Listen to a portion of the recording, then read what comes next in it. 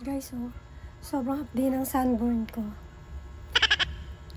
Nasunog talaga sa sikat ng araw, guys. Nakalimutan ko kasi magdalang payong, kaya ayan. What? So, sobrang hapdi siya, guys, dito. Pulang-pula. Kaya lalagyan ko siya ng aloe vera para mabawasan yung hapdi, saka hindi siya magsugat. Ayan, guys, oh. Hapdi. Ang sakit. Binaba ko na nga yung strap ng bra para hindi tumama.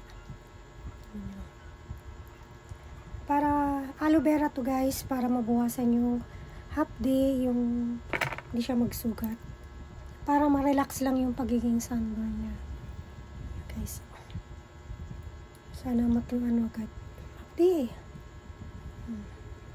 Bakat na bakat yung pagkasando.